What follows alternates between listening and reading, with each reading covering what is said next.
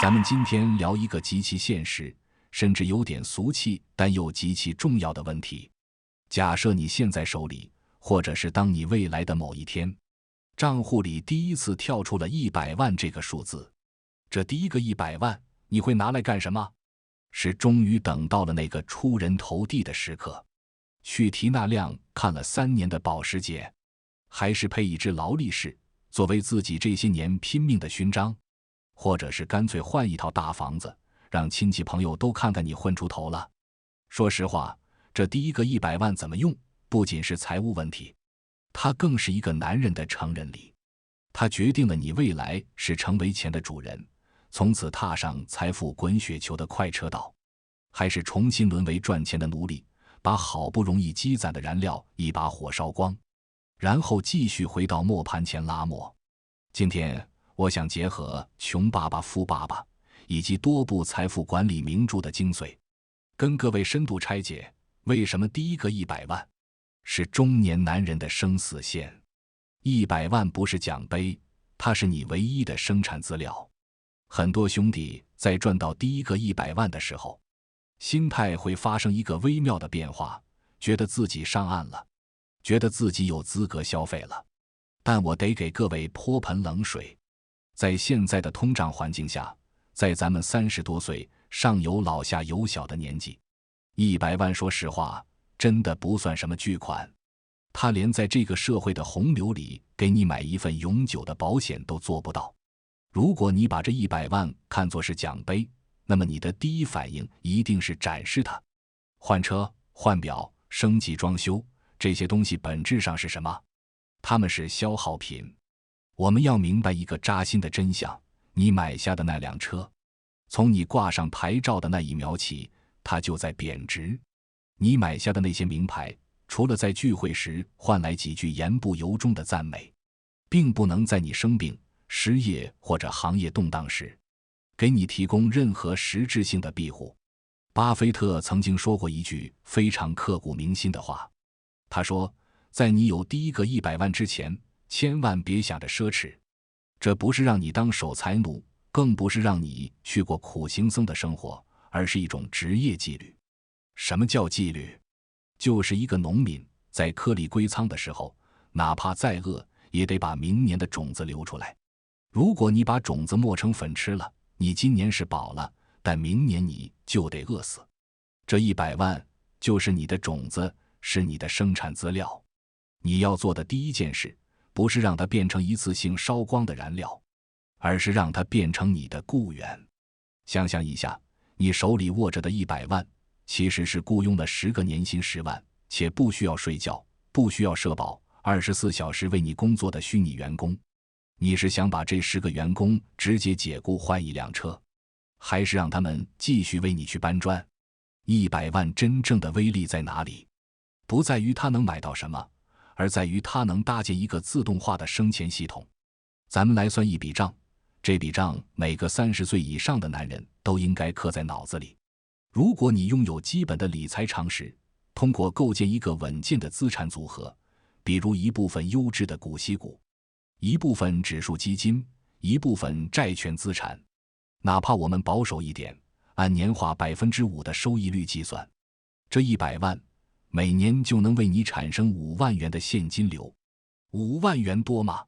在很多人眼里可能不多，但对于一个家庭来说，这5万元意味着什么？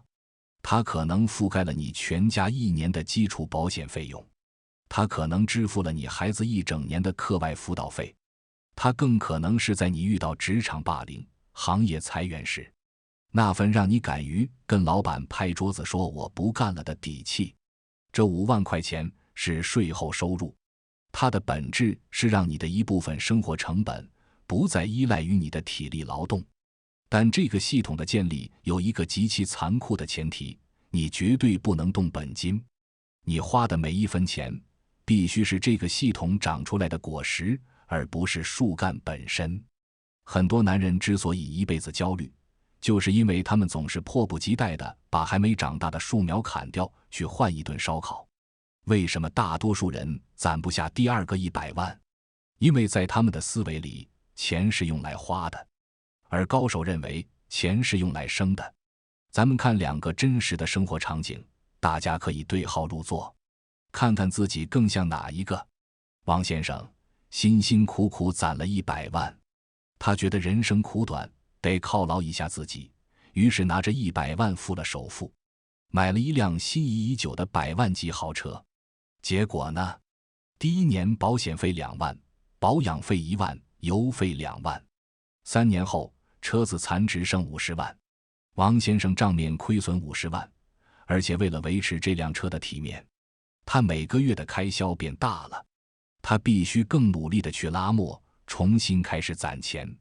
他陷入了一个赚钱、买面子、贬值、再赚钱的死循环。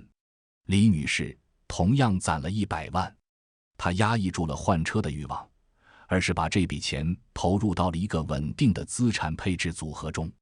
3年后，她的本金随市场增长到了120万，且这期间每年产生了5万左右的利息。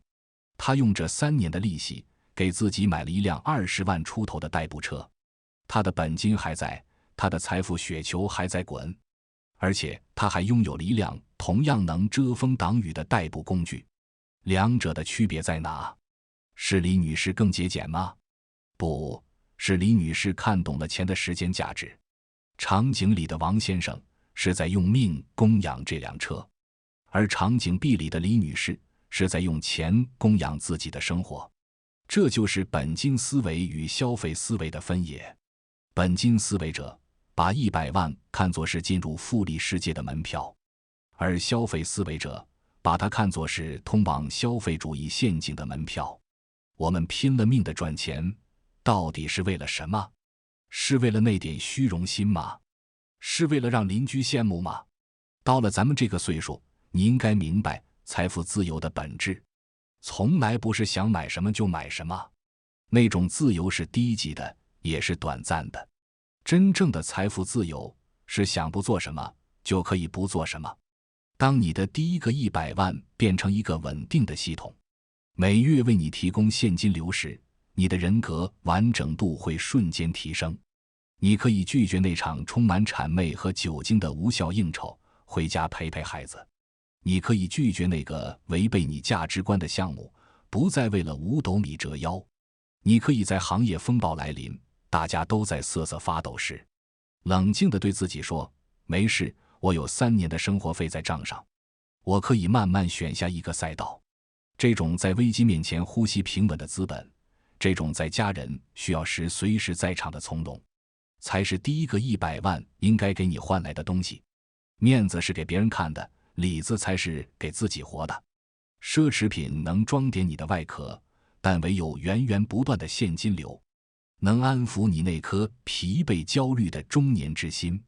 说了这么多，如果你现在手头已经有了，或者即将拥有这100万，请你务必死守以下3个铁律。铁律1：开启隐身模式。去银行开一个你平时不常用的独立账户，把这笔钱放进去，然后假装它不存在。不要把它放进你的日常消费视野里，更不要让它成为你消费升级的底气。把它从你的生活感知中剥离出来，它是你未来的防线，不是现在的零花钱。铁律2：构建生钱矩阵。